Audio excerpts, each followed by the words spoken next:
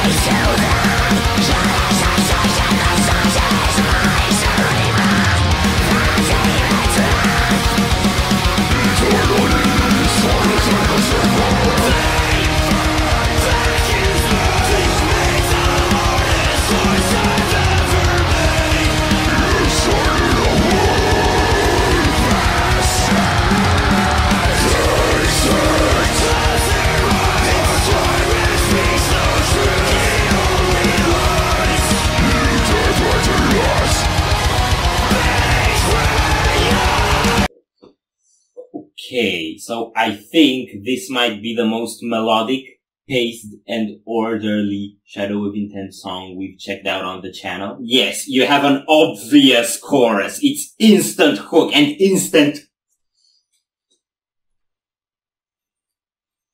Okay, and I think choruses on Reclaimer definitely have the greatest touch of epic.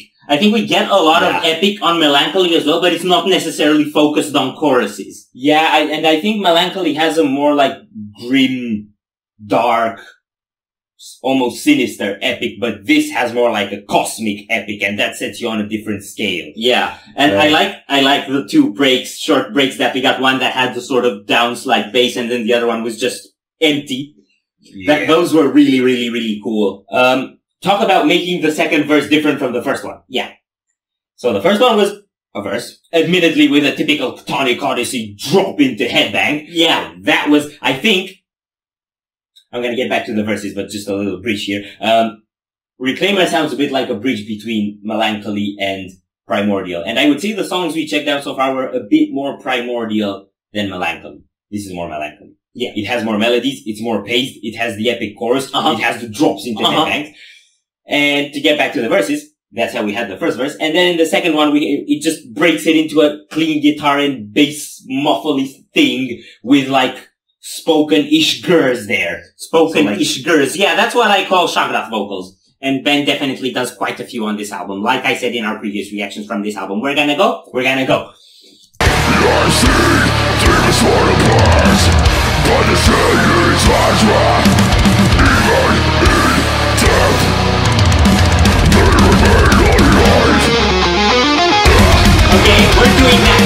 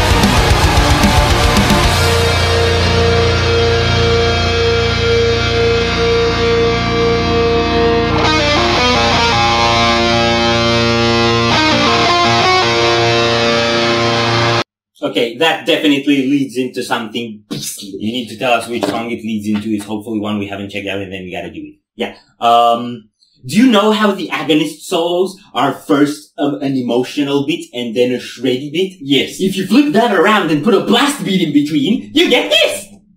Because they had two solos. First was mad and second was like slower. Yes. And they had a blast beat in between. I don't think, yes, but I don't think it was just the blast beat, was it? No, there were a couple of stuff, but there was a blast beat!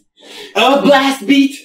A blast beat.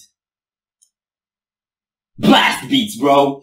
A lot of blast beats. Okay, you know what I really liked about that those blast beats? They kinda announced that build up like a breakdown, and they hit like it would be a breakdown, but it wasn't. Yeah, I think, wasn't there a song on Melancholy where they were doing that as well? Oh yeah, Malediction. The part with the like really low. Yeah. What does it say? I don't remember. Never mind.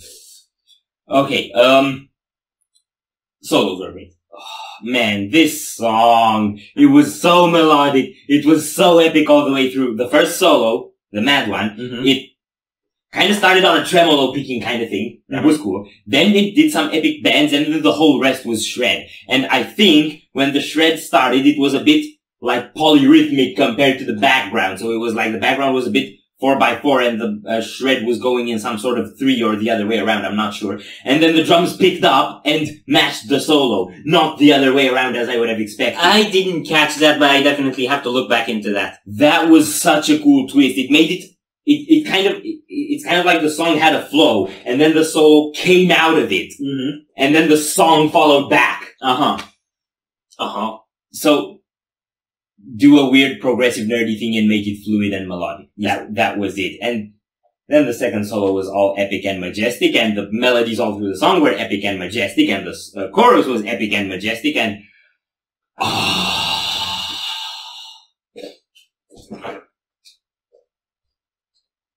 do the outro. Hang on, I'll remember it. So if you enjoyed this reaction, we greatly appreciate the likes and shares, and if you want to see more, don't forget to subscribe, with bells on. Thank you very much for stopping by, we hope you enjoyed your stay, and we'd love to see you back at the Windmill very soon. Corpses out.